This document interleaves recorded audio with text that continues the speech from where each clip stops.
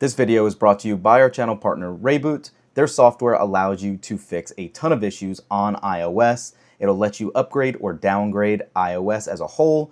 Enter recovery mode. It has 150 plus issues for iOS that can be resolved.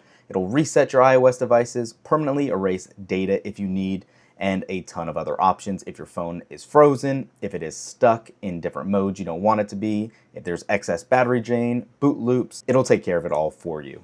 Thanks for partnering with us on today's video.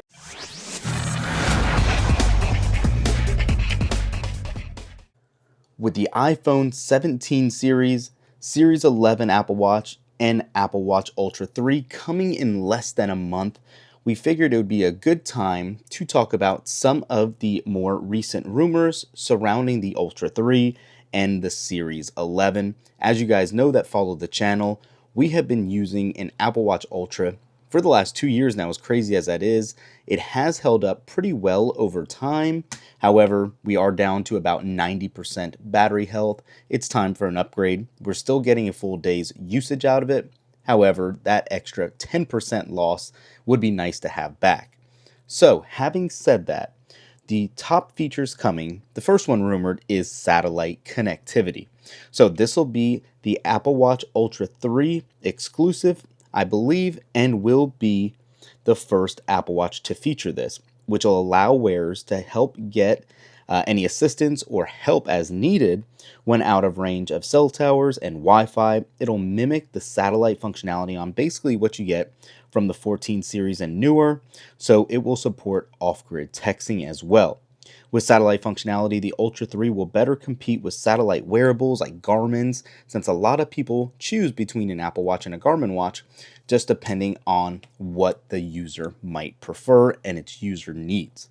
Aside from that too, there are more recent rumors now as well that we will be getting a larger display. Now, having said that, the casing, the 49mm casing on these, should remain the same. It is potential that the bezels will be shrunk down, and that way we will have more viewable display space. Haven't heard exactly what that size dimension is, but if anything is to be known, this has small bezels as well, so we should anticipate a slight bump, but definitely not going to be probably too noticeable. I'm sure Apple will market it as, oh, this is a great extra addition, and it is nice. More screen real estate is better than unusable bezels.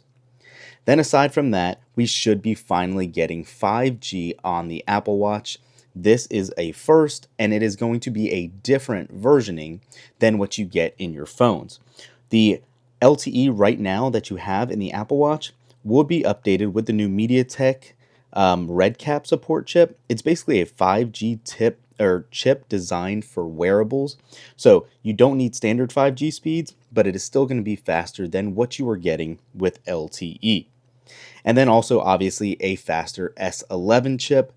Apple obviously regularly updates these chips in its Apple Watch, so the Ultra 3 could get an S11 chip this year. It should have more compact, efficient designs, and we could even see better battery optimizations, as you would expect year over year. And then one thing that's really not a lock that a lot of people are hoping for is blood pressure monitoring. Apple's been working on this for a while now, and it may or may not be ready in time for the Ultra 3 because of issues with accuracy and reliability, but if it is ready to go, don't expect a lot of dystotic readings. Instead, the Apple Watch will monitor like hypertensions and send alerts if the condition is detected over time. So nothing crazy necessarily with blood pressure monitoring, as a lot of people might have hoped if you do check that on a daily basis. But aside from that, we should obviously also be getting new watch faces. We might see some subtle little tweaks to the app finally. But one thing I am hoping for that they really take advantage of, if you follow the channel, we've been talking about this for a while, it's going to be those gestures. The double tap gestures are one of the most underutilized features that Apple announced a couple of seasons ago now, or generations ago, and it's just been forgotten about. I love it. I use it all the time. I think it is very handy if your hands are full and you can't use it, or wet and you can't tap your screen. But there's been no indication through watchOS 26 betas that that's to be the case, but you never know. Apple does keep little things in store, kept tight to the chest until the Apple announcements in September.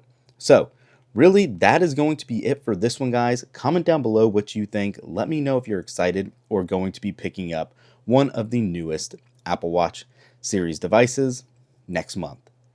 We'll catch you in the next one. Peace.